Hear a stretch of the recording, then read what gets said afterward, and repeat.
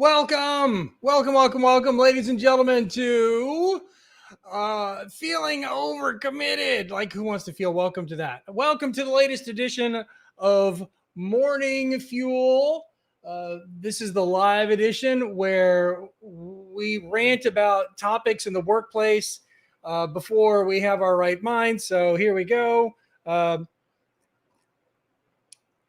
Now I can have a caffeinated conversation. So, what do we want to talk about with this overcommitment topic? We've been sharing a little bit about it so far this week on online, and this comes up over and over and over again about what do we do?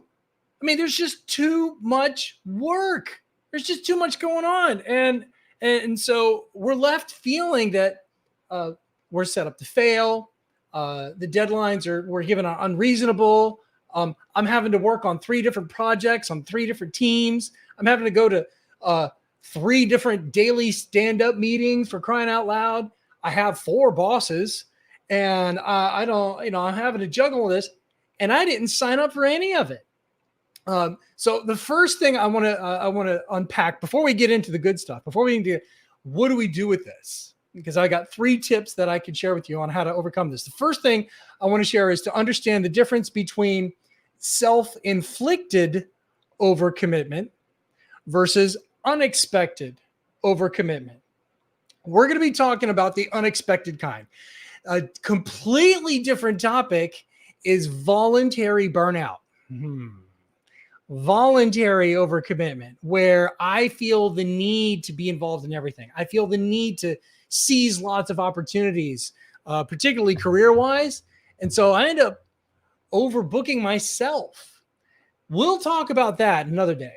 But today we want to talk about the involuntary, unexpected, didn't ask for this heaping of additional work, where it's just, here's a big giant box you need to ship by the end of the week. What? Me? How? What made you think I could do this? What made you think I even wanted to do this? What? So we're going to unpack that a little bit today. 3 key tips that I want to share with you on how to deal with it. The first one is convert the intangible into the tangible. Do the math. Yes, it might feel that the immediate reaction is, oh my God. That's the immediate reaction. You just kind of know. You kind of know this is too much. You kind of know that the workload is just out of control. And then you start to live it and experience it, where you're running around from meeting to meeting, non-stop meetings all day long. You don't even have time to get work done, to where now, in order to meet deadlines, you got to stay up. So here's my question. How many hours are you working? How many hours does your team have to work in order to come even close to this? And that's not even talking about the forecast for the upcoming deadlines. I mean, this is just day to day, right? So number 1, do the math day to day. What's the impact on this? Hey, Cheryl, what's up?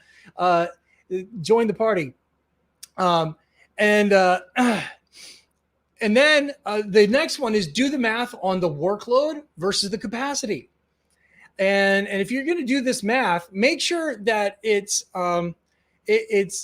high level, it's straightforward, it's understandable. So what I don't want you to do, or what drives me crazy whenever I'm working with teams who are telling me they're overcommitted, is when they start talking in funny words like, we have 14 user stories, we can only do 5 user stories. And it's like, I'm sorry, I don't live in your world. What's a user story? Or, we have story points is 47, velocity 14.5, but we can only do is 27 in this particular sprint burn iteration Kanban. I'm like, I don't know what language you're speaking. So do the math, but do the math in a way that tells the story in a way that can be heard. We'll talk a little bit more about that in a second. But do the math. Do you even know what the workload is? If you want to stop the crazy, we've got to be able to define the crazy. We've got to be able to put some numbers on this. So because your professional intuition is telling you a truth. Now what we need to do is we need to extract it out of our inner intuition on the table and say, we are 3x over allocated. We have a deadline that is going to take we have a deadline that's about a quarter of the time that we need. Oh, and here's the math that I used in order to figure this out based on this workload, based on these constraints, and do the math. Sometimes it can be hard to do that. And so if you need help, get help. Get help to do the math, to figure out, to turn the intangible into something tangible, understandable. The next one is to answer a question, which is, so what? What's the big deal? You're overcommitted. So just take twice as long. So just be late. So just do what you can and live with it. So what if you're overcommitted? If your boss overcommitted, what's the big deal? And I think the big deal is that many times we just assume that we have to do it all at exactly when they said, and we're not allowed to explain trade-offs. We're not allowed to explain the impact, the consequences of working 5 projects at the same time, the consequences of trying to meet an unreasonable deadline, the consequences of having your infrastructure or your people yanked from this in order to do that. And now what was now a reasonable commitment is suddenly unreasonable. Can you explain the impact, or are you willing? Because sometimes when we start to explain the impact, there's 2 fears that come up inside of us. Fear number 1, when we try to tell the story, is we start sounding like a whiner. We start sounding like we're complaining. We start this fear of our perception, this fear that if I start telling truth, then I'm not going to look like a team player, or that whoever, if I have to push back, then I'm going to be perceived as adversarial. Well, here's one. Don't push back. Just truthfully explain with a smile. Like, yeah, that's not going to happen. Would you like me to tell you what you want to hear? Or would you like me to tell you the truth? I'm not pushing back. I'm just, in fact, let me partner with you and tell you 2 to 3 different options with 2 to 3 different trade-offs if you want. The other reason that we hesitate to name the impact and describe it is a fear of the bad actors, that our stakeholders, our management, our leadership, they're going to punish us. So on one hand, we don't tell the truth because we don't want to be perceived as negative, as kind of critical and having a scarcity.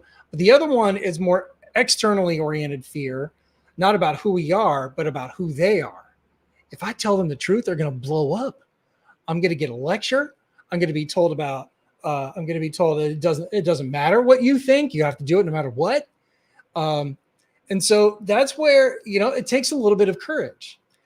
Courage comes from specificity. If you know what you know, do the math. And the math says we're just going to be late on this. And if we're going to, if we want to double the amount of hours we work in a given week, our best people might leave. We might double our defects.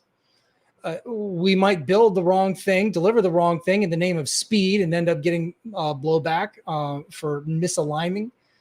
What are the consequences here? And you don't have to be pushing back or saying no. You're just speaking truth. And then offering to partner up with stakeholders and management and team members to say, hey, if you'd like to sit down and talk about 2 to 3 different ways to do that, we can. So what are the organizational impacts? Again, if you need help with that, get help on explaining what matters to your organization. Ask a colleague that you trust to kind of sit down and craft that story, which leads us, speaking of crafting the story, to the third thing, which is explain this in a way that you can be heard. Fit the story to your audience. So we already talked a little bit about it with the math. Don't be coming at them with story points if they don't understand story points. Don't be coming at them with t-shirts sizes if they don't understand t-shirt sizes. And if they only understand man days, person days, give them person days or person hours. If they only understand time, then just give them time. Like, I know we said this was, you needed this in 4 weeks. We've looked into it. It's going to take 8 weeks, period. Unless we cut the scope in half. Unless we double the number of people that were working on it, like if we do that like yesterday. And even then, no guarantee, right? So number one, if you have the math, tell the math in a way that your audience can hear it, not the way that you like to talk about it. Nobody cares about your points. Nobody cares about your points. Nobody cares about your t-shirts. What they care about is something that they can explain to a CEO or explain to a board member or explain to somebody who is going to be deep impact. Number two, who is the right person to explain the impact? You want to be careful about going around your boss. You want to be careful about going around her to straight to the people that are asking for all of this unreasonable amount of work, because your boss now is caught in the middle. And you might also want to be careful about grumbling down to the team. There's this great scene in Saving Private Ryan where Tom Hanks' character was asked, hey, officer, why don't you ever complain? I mean, we're in the middle of a war and it's unreasonable. It's only the one. And he says, oh, I complain. I just complain up so that you people don't hear what's going on and what I'm struggling with. Why? Because you can't, it's just not what good leadership is. Good leadership is protecting the team from toxicity, not trickling it down. So fit your audience. Know who needs to hear what. Because if you start going one level too high or 3 levels too high, and you don't bring the right people along with you on that messaging, that's going to create a whole lot of awkward. That's one part. The other part is the thing that the stakeholders need to hear. The thing the stakeholders need to hear might be different than the thing that your boss needs to hear. Your boss might need to hear, you know what? We all know this is unreasonable. And I got 2-3 ideas about how we can shift this to be a little bit more reasonable. So you might first want to have some language of partnership with your product owner, your sponsor, your direct supervisor, your manager. But then when you partner with them together, you might be able to craft a story about how this is going to impact the stakeholders in the broader organization a little bit more negatively. So that's what I wanted to share with you today about overcommitment. When you feel you've had too much work thrust upon you and it's not doable, then number one, do the math. Tell the numerical story, because people can't argue with numbers. They can argue with opinions. They can argue about feelings. So this is unreasonable. It's too much. Oh yeah, that's your opinion. Ricardo, what's up? Good to see you joining in here as we're recapping. Do the math. People can't argue with numbers. Those numbers, those estimates are just not reasonable. Okay. Let's dig into why you think it's not reasonable. And then who cares? What's the big deal? If it takes twice as long, then it takes twice as long, unless there's a major vendor integration or unless there's a major client or customer need on a specific date. Unless it means that if we have to do this date no matter what, or we all lose our license and we all go out of business, well, then let's talk about the burnout of overtime is not a strategy. Overtime is actually a risk. So what's the impact if we just don't make any adjustments? And then finally, once you start telling the story of the true numbers and the true impact, make sure that you tell it in a way that is has a tone of partnership rather than pushback. where you speak the firm truth in a way that's intended with some collaborative intent so that we can overcome the overcommitment. So just a quick little jump into some thoughts. It happens all the time. If you are not, if you're not feeling overcommitted, then be careful. There might be a few people out there. Nancy, thank you for chiming in. Have our ducks in a row. Nancy saying, once you feel that overcommitment, lean into it, address it, speak the truth in a way that can be heard, because this happens all the time, and it will keep happening. It will keep happening.